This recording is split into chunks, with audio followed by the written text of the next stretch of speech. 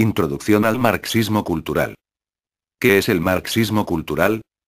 Es el conjunto de ideas surgidas como forma de subversión contra los valores occidentales como la familia, la religión, principalmente el cristianismo, la identidad de género, las razas humanas, e inclusive, el arte y el buen gusto estético, y que se disfrazaron bajo el eufemismo de teoría crítica, cuya base ideológica consistió en colocar a la cultura occidental como el mayor factor de opresión de la sociedad, por lo que, criticando cada uno de los aspectos, características e instituciones de la sociedad occidental, el marxismo cultural espera que esa sociedad se derrumbe. Se trata de una construcción teórica que interpreta el marxismo en términos socioculturales en lugar de los económicos clásicos, cuyo único objetivo es la destrucción de la civilización y cultura occidental de extracción europea, valga la redundancia.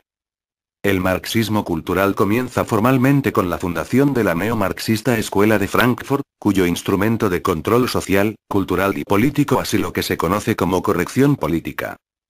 Instituto de Investigaciones Sociales o Instituto para la Investigación Social, mejor conocido como la Escuela de Frankfurt, es la principal escuela de pensamiento e investigación social de carácter marxista e internacional maquinador de la subversión en Occidente y fundadores de la corrección política entre otras cosas. Fue fundada en la Universidad de Frankfurt am Main, en Alemania, por los marxistas judíos Georg Lukács y Felix Weil en 1924, inspirándose en Karl Marx y Sigmund Freud para desarrollar la llamada teoría crítica de la sociedad occidental, cuyo único fin es acabar con los valores europeos.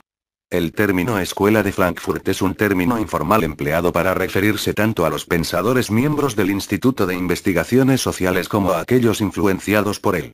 No existe ninguna institución formal con este nombre. Fue integrada casi en su totalidad por judíos marxistas quienes emigraron de Alemania cuando Adolf Hitler llegó al poder en 1933.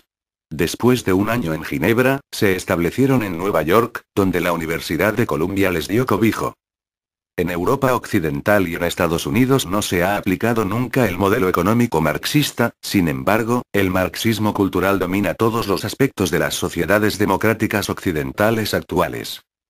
Meramente cultural y social, la economía queda aún, entre comillas, segundo plano, aunque es también manipulada por dicha idea, estando los recursos enfocados a otros grupos o causas afines a esta ideología. Podemos mencionar el caso de España, por ejemplo, donde se han visto casos en donde los inmigrantes reciben salud y educación gratis, mientras que los españoles quedan relegados a un segundo plano en su propia patria. El grado de discriminación positiva es tanto que los españoles que residan en el extranjero por más de 90 días o más, al regresar pierden parte de sus derechos a la salud, haciendo que paguen estos como residentes sin papeles, como extranjeros en su tierra natal. Es la llamada ley de los 90 días.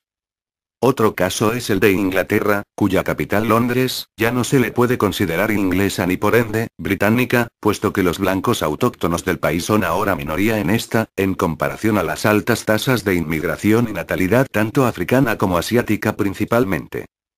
A diferencia del marxismo original, estando en su mayor referente la antigua Unión Soviética, esta no impuso la igualdad en todo sentido.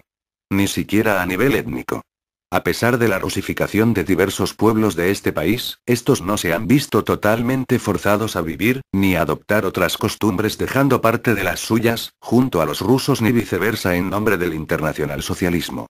Pensemos que el gigante comunista poseía regiones y repúblicas autónomas para varios pueblos y grupos étnicos, además de las otras ex-repúblicas socialistas soviéticas, siendo sus mayores referentes las regiones del Cáucaso y Siberia. Juntos, pero no revueltos ni disueltos del todo, en sencillas palabras. Como dato curioso, la actual Federación Rusa, desde su creación oficial a manos de Boris Yeltsin y secuaces a inicios de 1992 hasta nuestros días, el número de grupos nacionalsocialistas, así como de otros tipos de nacionalistas, han ido en aumento, sobre todo en las ciudades de Moscú y San Petersburgo. De a poco la Iglesia Ortodoxa rusa ha ido tomando lugar y así, dando unos pocos guiños a elementos del Imperio ruso cuando ya estaba en las últimas, como la rehabilitación y canonización de la figura del zar y autócrata de todas las Rusias, Nikolai Alexandrovich Romanov, más conocido en el mundo hispano como el zar Nicolás II. Las demás ex-repúblicas soviéticas han ido recuperando su herencia cultural, a pesar de que la era soviética es parte de esta, aceptémoslo o no, creando entre ellas más diferencias en este sentido. El nacimiento y el camino que han tomado estos países hasta hoy ha sido muy diferente al modo occidental moderno. Caso especial es el de los países bálticos, en que no solo se ha recuperado su memoria histórica de antes de la llegada de los soviéticos de forma positiva, sino que hasta han rendido homenajes a sus veteranos de la Segunda Guerra Mundial que han tomado bando al servicio del Tercer Reich. Algo similar ocurre en Ucrania Occidental, donde tras la desintegración del Imperio ruso, obtuvo su breve independencia, en la que grupos nacionalistas y patriotas ucranianos se han hecho presentes. Cuando los alemanes llegaron al este, se cuenta como los nacionalistas ucranianos de la región occidental, y solo ellos, puesto que la parte oriental y la península de Crimea al sur que fue dada por Nikita Khrushchev desde la República Socialista Federativa Soviética de Rusia a la República Socialista Soviética de Ucrania años después de la guerra, es principal y mayoritariamente rusa, vieron a las fuerzas de la Wehrmacht y las Waffen-SS como héroes que los salvarían del bolchevismo, llegando a colaborar con ellos por algún tiempo. Años después de la desintegración de la Unión Soviética, Víktor Yushchenko, un político ucraniano de marcada tendencia pro-occidental, entiéndase como pro-yanqui y pro-Unión Europea, quien tras su llegada al poder mediante la llamada Revolución Naranja, ha hecho guiños a ciertos sectores nacionalistas hasta incluso elevar a la categoría de héroe al nacionalista ucraniano de los años 30 y 40, Stepan Bandera. Poco tiempo después tuvo que retractarse. En el año 2014 Ucrania estaría a un paso de la guerra civil tras los disturbios y acción directa de sectores nacionalistas quienes abogan por el acercamiento hacia esta unión supranacional político-económica que es la Unión Europea en desmedro de la influencia rusa. Oleg Tiagnivok, quien es líder de uno de los partidos políticos iniciadores de estas revueltas, la Unión Panucraniana Libertad y quien según la Wikipedia en inglés dice que es pro-OTAN y la Metapedia en inglés indica que su partido planea formar una alianza con dicha organización, sugiere el distanciamiento de Rusia dado que la mafia judía del Kremlin controla Ucrania. ¿Dónde y cómo surge el marxismo cultural? Los orígenes de este hay que buscarlos en los primeros años del siglo XX. Justo después de la Revolución Rusa, los marxistas occidentales esperaban una inminente revolución de las masas obreras en el resto de Europa, sin embargo esta revolución no tuvo lugar más que en Hungría y Alemania. En estos dos países los revolucionarios no tuvieron el seguimiento esperado entre los obreros y ambas revoluciones fueron abortadas. ¿Por qué los obreros no se sublevaron? La respuesta a esta pregunta la dieron dos pensadores marxistas, el italiano Antonio Gramsci y el judío húngaro Georg Lukács. La respuesta fue que los obreros no eran capaces de ver sus intereses de clase porque estaban inmersos en la cultura occidental, por lo tanto, es en el plano cultural donde se debe preparar la revolución. Al obrero debe serle extirpada su cultura y su historia, esto deberá llevarse a cabo mediante lo que Gramsci denomina combate cultural, camino largo o marcha larga. Esta marcha larga debía dirigirse hacia todas las instituciones posibles: escuelas, museos, iglesias, seminarios, periódicos, revistas, televisión, cine, etc., desde donde se propague una anticultura que acabe con los cimientos y las convicciones de la cultura occidental para que la gente se adhiera a los ideales marxistas que habían rechazado de forma natural. En 1919, Lukács, que era considerado el más brillante teórico marxista desde el mismo Marx, se preguntó ¿quién nos salvará de la civilización occidental? Ese mismo año, en 1919, Lukács se convirtió en comisionado de cultura en el gobierno bolchevique del judío Béla Kun de Hungría donde desplegó un programa de cultura del terror. Como parte de ese programa Lukács introdujo un programa radical de sexualidad en todas las escuelas húngaras. La corrección política como la conocemos ya estaba comenzando a aplicarse. Lukács intentó minar la unidad familiar y esa es una de las razones por las que introdujo la educación sexual. El trabajo de Lukács se deriva de la lógica de que es más difícil convertir a un adulto o pedirle que haga algo cuando fue educado a hacer lo contrario. El programa dejó efectos negativos en Hungría. Lo único que fue permitido era lo que se estaba enseñando. El pensamiento libre era un gran pecado. El gobierno del judío Béla Kun, nacido con Béla, duró solo unos pocos meses, en parte, porque la clase trabajadora húngara estaba indignada por el atropello de Lukács a la cultura occidental tradicional.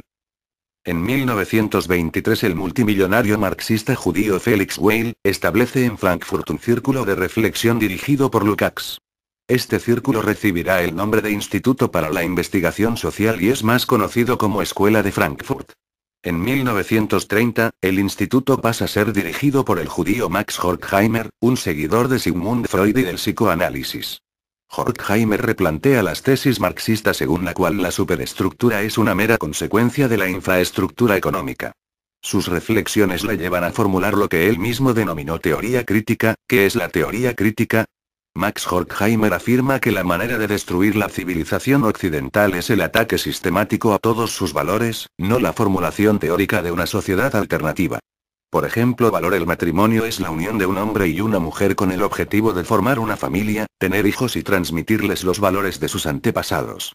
Critica el matrimonio puede ser cualquier tipo de unión donde intervenga la atracción sexual sin ningún fin concreto. Resultado: instauración del llamado matrimonio homosexual. En los años 30, el trabajo de Horkheimer, Adorno, Fromm y Marcuse culminó en su primer trabajo al que denominaron teoría crítica. El término teoría crítica es una especie de juego de palabras. Uno podría tentarse y preguntar cuál es la teoría. Y la respuesta es: la teoría es criticar. Criticando cada uno de los aspectos, características e instituciones de la sociedad occidental esperan que esa sociedad se derrumbe. La teoría crítica es la base para estudios sobre homosexuales, negros, liberación de las mujeres y otros departamentos de estudio que se encuentran en los campus de las universidades de los Estados Unidos. Estos departamentos son la base de la corrección política. La teoría crítica en sí misma siempre fue cuidadosa en no definirse en un solo concepto. Intentaba politizar la lógica en sí misma. Horkheimer escribió: la lógica no es independiente del contenido. Eso significa que un argumento es lógico si ayuda a destruir la cultura occidental y es ilógico si la apoya. Este pensamiento retorcido estaba en el centro de la corrección política hoy en día inculcada en las universidades americanas. Otros miembros del Instituto para la Investigación Social fueron los judíos Theodor Adorno, Erich Fromm y Herbert Marcuse. Estos dos últimos autores desarrollan una teoría según la cual las diferencias sexuales son construcciones sociales propias de la sociedad burguesa. En 1933, cuando los nacionalsocialistas llegan al poder en Alemania, el instituto se exilia en Nueva York, estableciéndose ese mismo año con ayuda del presidente de la Universidad de Columbia. Una vez en Estados Unidos, la escuela de Frankfurt fue gradualmente cambiando su foco de destruir la sociedad y cultura alemana para destruir la estadounidense. No solo aplicaron la teoría crítica a la sociedad americana, sino que también agregaron nuevos elementos. Uno de ellos era el llamado estudio sobre el prejuicio que culminó en 1950 en el libro increíblemente influyente de Adorno, La personalidad autoritaria. Allí, Adorno establece que los norteamericanos tienen tradiciones fascistas y que cualquiera que apoyara la tradición americana está psicológicamente desbalanceado. No es casualidad que hoy en día los que son políticamente correctos llaman a sus oponentes entre comillas, fascistas. Y sugieren que necesitan atención psicológica en la forma de entrenamiento sensible. ¿Y qué pasó tras el fin de la Segunda Guerra Mundial? Tras la guerra, el Instituto para la Investigación Social vuelve a ser abierto en Frankfurt. Sin embargo, Marcuse, su máximo exponente en aquella época, se queda en Estados Unidos y se convierte en el ideólogo de las revueltas estudiantiles de los 60 e inspirará a algunos líderes de los movimientos revolucionarios negros. Su obra Eros y civilización será la Biblia de los hippies. El marxismo cultural de Marcuse y la escuela de Frankfurt ya no va dirigido hacia el proletariado, sino a los hijos de la alta burguesía y las clases medias. En este nuevo contexto, la lucha de clases que predicaba el marxismo económico debe ser reformulada. La clase deja de definirse en base a la propiedad de los medios de producción, sino en función del grupo cultural al que se pertenece. La cultura deja de ser un mero producto de las relaciones de producción. Para el marxista cultural, es la cultura la que determina unas relaciones de producción imaginarias. Un obrero de la construcción, hombre blanco y de civilización occidental, es un explotador, mientras que un deportista millonario africano es un explotado. En el marxismo económico, las leyes de la historia requieren la eliminación de los propietarios de los medios de producción y la expropiación de dichos medios por el Estado. En el marxismo cultural, quienes deben desaparecer son todas aquellas personas que conservan patrones culturales europeos. Las personas de cultura occidental son por definición una clase opresora y malévola por naturaleza, independientemente de su situación económica. En contraste, la nueva clase oprimida y buena por naturaleza está constituida por todos los individuos no occidentales, como negros o chicanos. Esta última posición retoma claramente la idea del buen salvaje de Rousseau. A las razas no europeas hay que añadir grupos como los homosexuales y las feministas. Igual que el marxismo económico pretendía la expropiación de los bienes de la burguesía y la desaparición final de dicha clase social, el marxismo cultural busca la desaparición final de la civilización occidental y de los portadores de dicha civilización. Esto se realiza mediante la colonización masiva de Europa y Estados Unidos por las masas tercermundistas y mediante la aplicación de lo que llaman discriminación positiva. ¿Por qué positiva? Porque se realiza a favor de grupos étnicos y culturales que son, de acuerdo con esta, buenos por naturaleza y en contra de grupos que son malos por naturaleza.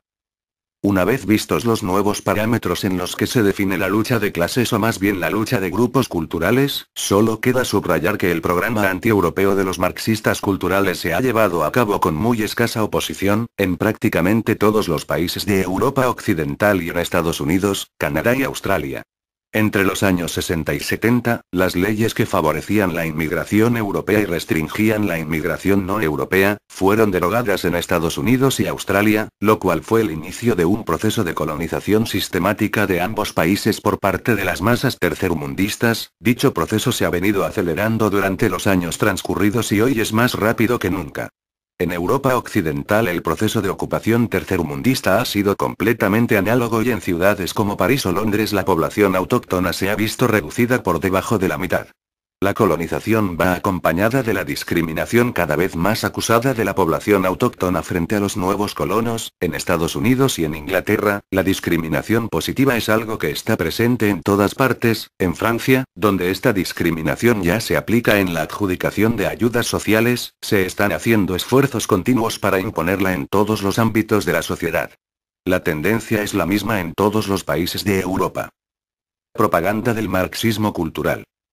Tanto la izquierda como la derecha políticas han admitido en una u otra medida los postulados del marxismo cultural. Para ello no ha sido necesaria una revolución violenta. Los marxistas culturales se han impuesto gracias a tres factores: en primer lugar el apoyo de la banca internacional, que los ha utilizado para impulsar el proceso de globalización económica.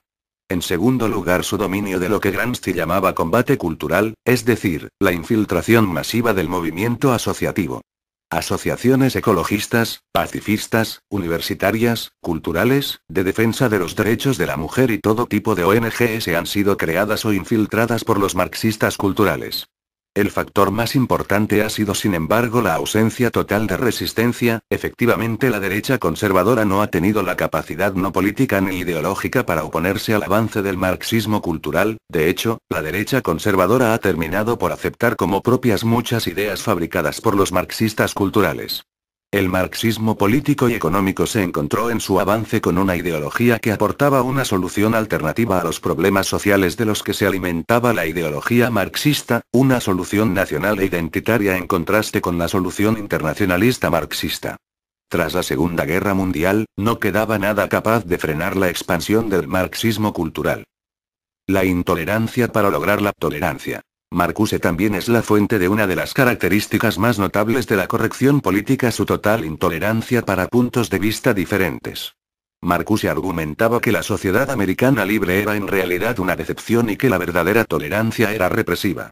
Argumentaba que se necesitaba una tolerancia liberadora. Lo que quería decir con eso era en realidad intolerancia y rechazo a los movimientos de la derecha y tolerancia y aceptación hacia las ideas de la izquierda. Una receta para la represión. Incluso Martin Hay, un gran admirador de la escuela de Frankfurt, admite el aspecto totalitario de Marcuse. Quizá su ensayo más decisivo en términos de impacto, sea uno aún no mencionado: el ensayo sobre intolerancia represiva escrito a fines de los años 60. Argumentaba que como existía la tolerancia a diferentes creencias no había acción, ya que cada creencia tenía igual importancia. Esto causó los problemas de la corrección política e incorrección política en los 80. Si tenías una noción tolerante de quién era políticamente correcto, luego entonces podías ser intolerante frente a aquellos que no lo eran. A veces esto podía tomarse como una licencia por las personas de izquierda para negar el libre discurso a las personas con las que ellos están en desacuerdo. A través de sus trabajos, Marcuse se convirtió en el agente principal de transmisión de la escuela de Frankfurt. Marcuse tuvo una influencia tremendamente importante en el pensamiento de los jóvenes en aquellos días. Fue uno de los padres espirituales del movimiento hippie. Y a través de Marcuse la nueva izquierda encontró al resto de la escuela de Frankfurt. En los 60 los estudiantes que revisaron los trabajos hechos por la escuela descubrieron una fuente de marxismo no tradicional, no comunista. Y que encontraron como inspiración para el movimiento estudiantil de los años 60. Programas anticulturales de la teoría crítica. La teoría crítica desarrolló una variedad de programas anticulturales y pseudo-intelectuales encubiertos bajo el término de disciplinas académicas o áreas de estudio que critican cada elemento de la cultura europea occidental, inculcando el divisionismo y el victimismo por medio de conflictos inexistentes e introduciendo terminología que defina negativamente actitudes y mecanismos naturales que tienen la función de preservar la cultura y la sociedad. Teoría crítica de la raza. Esta rama del marxismo cultural, abreviada CRT por sus siglas en inglés Critical Race Theory, iniciada por la Escuela de Frankfurt, examina con valores marxistas e igualitaristas a la sociedad y la cultura y su relación con la raza. Aunque su metodología está encubierta, sus objetivos suelen ser explícitos. Puesto que la cultura occidental tiene su origen en la raza blanca, hay que atacar a la raza blanca fomentando programas de inmigración masiva, integración racial, mestizaje, e ir incluso más allá, negando la existencia de la raza blanca, afirmando que se trata tan solo de una construcción social. El judío homosexualista Magnus Hirschfeld popularizó en 1933 el término racismo para definir toda actitud por parte de los pueblos blancos, que busque defender su supervivencia como pueblos, enfatizando en él un supuesto sentido de desprecio por otros pueblos. Otros ideólogos de este programa anticultural son los judíos Franz Boas, Ashley Montagu, Noel Ignatieff, Tim Weiss, Steven Seidman y Leonard Zeskind. De acuerdo con la UCLA School of Public Affairs, CRT reconoce que el racismo está arraigado en el sistema de la sociedad americana. CRT identifica que estas estructuras de poder se basan en el privilegio blanco y la supremacía blanca, lo que perpetúa la marginación de las personas de color. Asimismo, este programa cuenta con disciplinas académicas tales como los estudios afroamericanos, los estudios nativoamericanos y los estudios de blancura. Los dos primeros celebran la historia, la cultura e identidad de los afroamericanos y de los amerindios, respectivamente. Sin embargo, los estudios de blancura niegan explícitamente la identidad étnica de la raza blanca y establecen que los aspectos culturales, históricos y sociológicos de la gente identificada como blanca son parte de una ideología basada en el estatus social, además de que la raza blanca no es más que una construcción social sin base genética o natural, lo cual revela la existencia de un doble rasero. La terminología clave desarrollada por este programa anticultural, y utilizada como arma filosófica contra la cultura occidental, incluye palabras como racismo, xenofobia, supremacía blanca, privilegio blanco, culpa blanca, poder racial, derecha blanca. Estudios de género. Los estudios de género tratan temas relativos al feminismo, el homosexualismo, el género y la política, desde los presupuestos de la teoría crítica. Se caracterizan, sobre todo, por sus ataques a las instituciones tradicionales europeas u occidentales, la familia, el matrimonio y el patriarcado. Los estudios de la mujer o estudios feministas es una rama de los estudios de género de la teoría crítica, que se basan en el feminismo, ideología que surge bajo el argumento de que la mujer estaba siendo oprimida por el hombre, y que esa opresión provenía única y exclusivamente de la cultura occidental. De esta manera, la teoría crítica rara vez hacía mención alguna de opresiones mucho más graves y evidentes en diversos sentidos hacia las mujeres de otros pueblos como los asiáticos, africanos, amerindios o musulmanes, y en caso de hacerlo, se mostraba como opresor al hombre occidental. Pero generalmente se hablaba de la opresión en Occidente. De la mujer blanca siendo oprimida por el hombre blanco. Los estudios LGBT, vale decir, lesbianas, gays, bisexuales y transexuales, son un campo reciente de la teoría crítica que trata los temas relativos a la apología de los fenómenos homosexuales y transexuales. De acuerdo con una de sus más delirantes tesis, conocida como teoría queer, la cual es promovida como una explicación científica de la sexualidad humana, todas las orientaciones sexuales, tanto heterosexualidad como homosexualidad, y la identidad sexual o de género de las personas son el resultado de una construcción social. En la actualidad. En el presente, el marxismo cultural y la corrección política se han difundido por todo Occidente, convirtiéndose en la nueva tiranía del pensamiento, la nueva Inquisición y el paso previo a la instauración del marxismo. Tras su implementación en el discurso público y habiendo preparado a las masas en el nuevo lenguaje inclusivo, detrás llegaron las leyes liberticidas.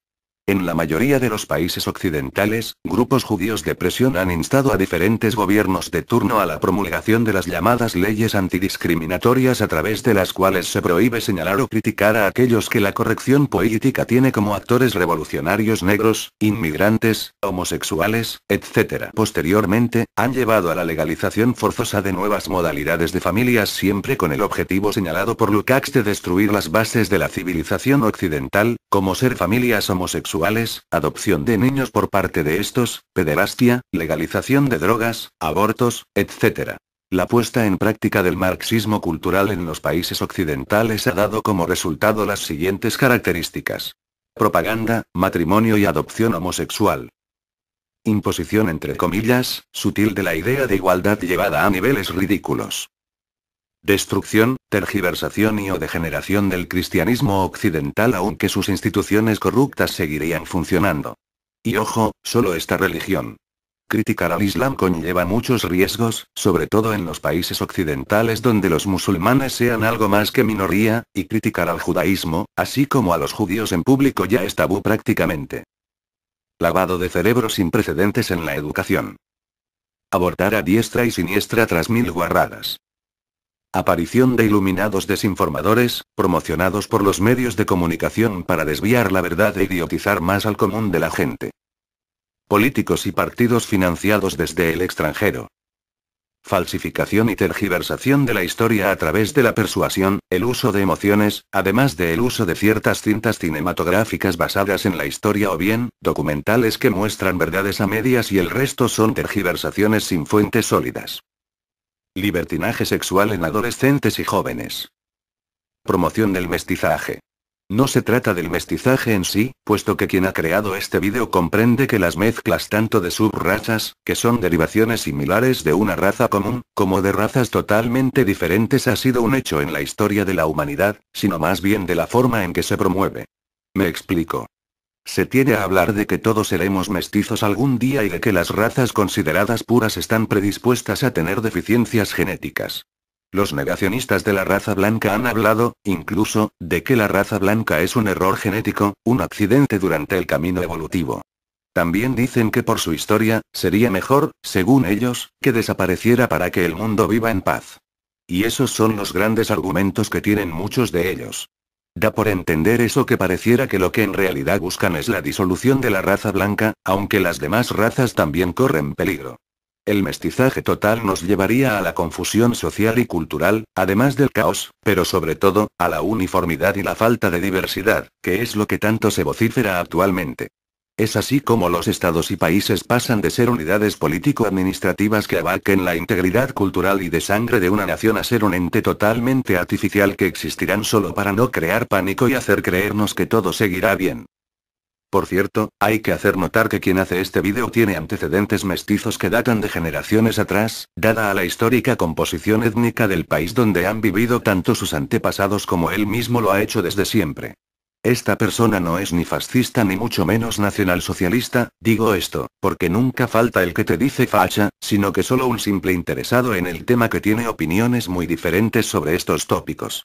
Una opinión más bien orientada a comprender las versiones no oficiales de estas partes de la historia universal. Y como ya ha quedado todo claro, prosigamos con la siguiente característica. Promoción de resentimiento sin sentido y la desviación de este hacia otros objetivos que, ya, no tienen nada que ver. Hacernos creer que cuando se habla de raza blanca, las razas no existen o que es una construcción social. No así cuando se hablan de otras razas, porque en ese momento se habla de diversidad racial o de cosas étnicas, curiosamente. Feminismo convertido en embrismo, haciendo del hombre tradicional, quien no tiene que ser necesariamente machista o forzadamente hipermasculino, un nuevo Hitler al cual dirigir su odio, además de masculinizar y por qué no, digámoslo así, lesbianizar muy sutilmente a la mujer adherente a esta pseudo-ideología, refiriéndome al embrismo. Claro, que no todas, creo yo. Afeminamiento del varón, tanto física como psicológicamente. Concepción de la identidad de género como algo netamente cultural, dejando de lado lo biológico. Pronta consolidación de la pedofilia como potencial orientación sexual y querer legalizarla. Véase el caso de los Países Bajos. Promoción del uso de drogas como un acto entre comillas libertario. Promoción de actitudes violentas o delincuentes como algo bueno, incluso como actitudes loables o dignas de respeto. Etiquetar de fascista, nazi o homofóbico a todo aquel que piense totalmente opuesto. Satanización de cualquier tipo de nacionalismo que vaya en contra de las plutocracias, la masonería, el capitalismo, el comunismo, el sionismo, etc. Argumento ad hominem. Vale decir, atacar a la persona en vez del argumento en sí en un debate. Reductio ad Hitlerum. Intentar relacionar las orientaciones o preferencias de una persona con las acciones de Adolf Hitler. Es como decir: ¿estás orgulloso de ser blanco? Déjalo ya, que Hitler también lo era, fascista de mierda. Argumento ad populum. Intentar hacer ver un argumento como verídico solo porque así lo ha dicho una mayoría. Pongo un ejemplo. Entregar más facilidades para la inmigración extranjera y el apoyo a un proyecto de ley que apruebe el matrimonio igualitario es lo correcto, porque así lo ha querido la mayoría de la ciudadanía. Va dependiendo del caso. Creación de un sentimiento de culpa o vergüenza por el pasado. Solamente para occidentales blancos de países que hayan colonizado y o conquistado tierras en otros continentes. Entregar los ejemplos de Japón, Turquía, China, el imperio azteca, el imperio inca, es absurdo, sobre todo en estos últimos, puesto que vivían en perfecta armonía y paz hasta que llegaron los malotes, imperialistas, genocidas y sanguinarios españoles, nótese el sarcasmo. Hablar de racismo solo cuando es de blanco contra X, pero callar o justificar cuando es de X contra blanco, apoyar la existencia del Estado de Israel, ya sea en su política sionista como de asentamientos y genocidio palestino, sea esta por ignorancia, ingenuidad, adoctrinamiento, resentimiento, supremacismo o simplemente odio a quienes se oponen a los judíos. Visión del denominado y controvertido Holocausto como un hecho sacrosanto dado a la industrialización de este por los medios de comunicación y con ello justificar crímenes. Independientemente si los reportajes que se muestran en la televisión sean verídicos o no, simplemente hay que creer. Pobre de que lo critiques. Equiparar el antisionismo con el antisemitismo a la hora de cazar opositores al sionismo, sobre todo a aquellos que pertenecen a movimientos políticamente incorrectos. Entregar siempre la imagen de ciertas minorías como víctimas. Véase el lobby homosexual, por ejemplo. Promoción del antisemitismo por parte de los sionistas para seguir con el proceso de victimización hasta llegar a los objetivos deseados. Basta con ver películas ambientadas en la Segunda Guerra Mundial, que están tan, por así decirlo, bien logradas, que manipulan total y emocionalmente a la gente, en desmedro de los hechos reales. Promoción de símbolos alusivos al marxismo para las ganancias de grandes empresas capitalistas. Propagación de la creencia que el nacionalsocialismo es el hijo bastardo del capitalismo. Si esto es realmente así, ¿por qué Estados Unidos no dio su apoyo militar al Tercer Reich en vez de la Unión Soviética? Cabe mencionar que el país del norte destinó una cierta cantidad de armamento bélico al gigante comunista durante la guerra. Es esa falta de lógica la base ideológica de muchos que se dicen antifascistas. El régimen nacionalsocialista es más que una ideología, puesto que no solo se encarga de los planos político y económico, que mezcla un socialismo no marxista con el histórico nacionalismo blanco, sino que va también por una guía, además de racial, moral, espiritual y algunas veces, hasta esotérica. Es una cosmovisión, una forma de ver el mundo. Promoción del antifascismo como una ideología antisistema, cuando en realidad es el propio sistema que más lo ha promovido, valga la redundancia, ha sido como una simple moda por el mismo sistema, el mass media y las grandes empresas, provocando que muchas personas caigan en diversas contradicciones con respecto a su ideología. Es entonces el antifascismo, el arma del capital. Satanizar a Hitler y su gobierno, y culparlo de todo en la guerra, con la intención de desviar la objetividad, hacer pasar desapercibidos los crímenes de varios gobiernos comunistas, así como los de los actuales gobiernos occidentales, incluyendo Israel. Vale decir, que cuando se habla de la guerra, solo se menciona a Hitler y su gobierno, dejando de lado los crímenes de los buenos tras la capitulación oficial de Alemania. El marxismo cultural tiene como fin la destrucción de la familia. Uno de sus métodos consiste en camuflar campañas de salud sexual y reproductiva, y de esa manera ofrecer condones y anticonceptivos a los jóvenes como si fueran caramelos, y solución a todas las ETS existentes. Cuando la verdadera educación sexual comienza en la casa, con los padres principalmente. Con charlas, donde se dejan en claro que no somos productos de consumo, ni mercancía desechable. que nuestros actos conllevan consecuencias, y que no todo en esta vida es satisfacer las ganas. Educación que promueve la dignidad de ambos sexos, que resalte las diferencias complementarias, educación que valore la castidad y o virginidad como dones, como atributos de una persona que es dueña de sí mismo, y no esclavo de sus emociones. No es de extrañar que los ateos fanáticos, veganos liberales, comunistas occidentales aburguesados pseudo-intelectuales, pro-drogas, pro-derechos LGBT, pro-aborto, pro-eutanasia, progresistas, sean los principales propulsores de semejante conjunto de ideas caducas, que atentan principalmente contra los niños. El fin del marxismo cultural es destruir las familias, para que de esa manera, existan más hogares disfuncionales, más muertes a causa de enfermedades de transmisión sexual, más personas sin padres, sin madres, sin personalidad. Y así es como el marxismo cultural trabaja. Es silencioso, no lo vemos, no lo sentimos, no lo vemos venir, nos parece que todo es al azar, cuando en realidad, no lo es. Existen muchas personas que adrede o por ignorancia persiguen estos fines aparentemente nobles, entre comillas, pero cuyos resultados no podrían ser más nefastos para las próximas generaciones. No podemos permitir esta locura en nuestros países. En conclusión, es una ideología basada para destruir la civilización occidental y a los pueblos del mundo desde su raíz en un falso nombre de progreso, igualdad y tolerancia, pero más que a nadie, a los blancos. Influyente entre las generaciones más recientes, siendo adoptado por un gran grueso de estas muy rápidamente para complementar su rebeldía adolescente, son los más susceptibles a caer en vicios, pensamientos, contradicciones o conductas incorrectas. Raza es más que color de piel y antirracista es una palabra en clave para antiblanco. En nombre de la verdadera libertad y diversidad humana, el marxismo cultural debe perecer. Saludos. Por ende, británica, puesto que los blancos autóctonos del país son ahora minoría en esta, en comparación a las altas tasas de inmigración y natalidad tanto africana como asiática principalmente. A diferencia del marxismo original, estando en su mayor referente la antigua Unión Soviética, esta no impuso la igualdad en todo sentido. Ni siquiera a nivel étnico. A pesar de la rusificación de diversos pueblos de este país, estos no se han visto totalmente forzados a vivir, ni a adoptar otras costumbres dejando parte de las suyas, junto a los rusos ni viceversa en nombre del internacionalsocialismo. Pensemos que el gigante comunista poseía regiones y repúblicas autónomas para varios pueblos y grupos étnicos, además de las otras ex-repúblicas socialistas soviéticas, siendo sus mayores referentes las regiones. Introducción al marxismo cultural. ¿Qué es el marxismo cultural?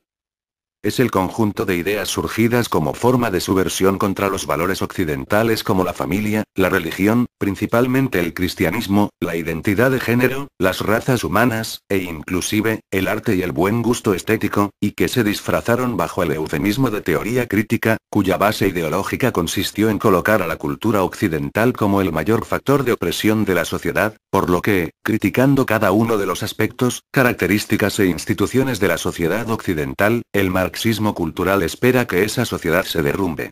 Se trata de una construcción teórica que interpreta el marxismo en términos socioculturales en lugar de los económicos clásicos, cuyo único objetivo es la destrucción de la mente cultural y social. La economía queda aún, entre comillas, segundo plano, aunque es también manipulada por dicha idea, estando los recursos enfocados a otros grupos o causas afines a esta ideología. Podemos mencionar el caso de España, por ejemplo, donde se han visto casos en donde los inmigrantes reciben salud y educación gratis, mientras que los españoles quedan relegados a un segundo plano en su propia patria. El grado de discriminación positiva es tanto que los españoles que residan en el extranjero por más de 90 días o más, al regresar pierden parte de sus derechos a la salud, haciendo que paguen estos como residentes sin papeles, como extranjeros en su tierra natal. Es la llamada ley de los 90 días. Otro caso es el de Inglaterra, cuya capital Londres, ya no se le puede considerar inglesa ni civilización y cultura occidental de extracción europea, valga la redundancia. El marxismo cultural comienza formalmente con la fundación de la neomarxista Escuela de Frankfurt, cuyo instrumento de control social, cultural y político así lo que se conoce como corrección política. Instituto de Investigaciones Sociales o Instituto para la Investigación Social, mejor conocido como la Escuela de Frankfurt, es la principal escuela de pensamiento e investigación social de carácter marxista e internacional maquinador de la subversión en Occidente y fundadores de la corrección política entre otras cosas. Fue fundada en la Universidad de Frankfurt am Main, en Alemania, por los marxistas judíos Georg Lukács y Felix Weil en 1924, inspirándose en Karl Marx y Sigmund Freud para desarrollar la llamada teoría crítica de la sociedad occidental, cuyo único fin es acabar con los valores europeos. El término Escuela de Frankfurt es un término informal empleado para referirse tanto a los pensadores miembros del Instituto de Investigaciones Sociales como a aquellos influenciados por él. No existe ninguna institución formal con este nombre. Fue integrada casi en su totalidad por judíos marxistas quienes emigraron de Alemania cuando Adolf Hitler llegó al poder en 1933. Después de un año en Ginebra, se establecieron en Nueva York, donde la Universidad de Columbia les dio cobijo. En Europa Occidental y en Estados Unidos no se ha aplicado nunca el modelo económico marxista, sin embargo, el marxismo cultural domina todos los aspectos de las sociedades democráticas occidentales actuales.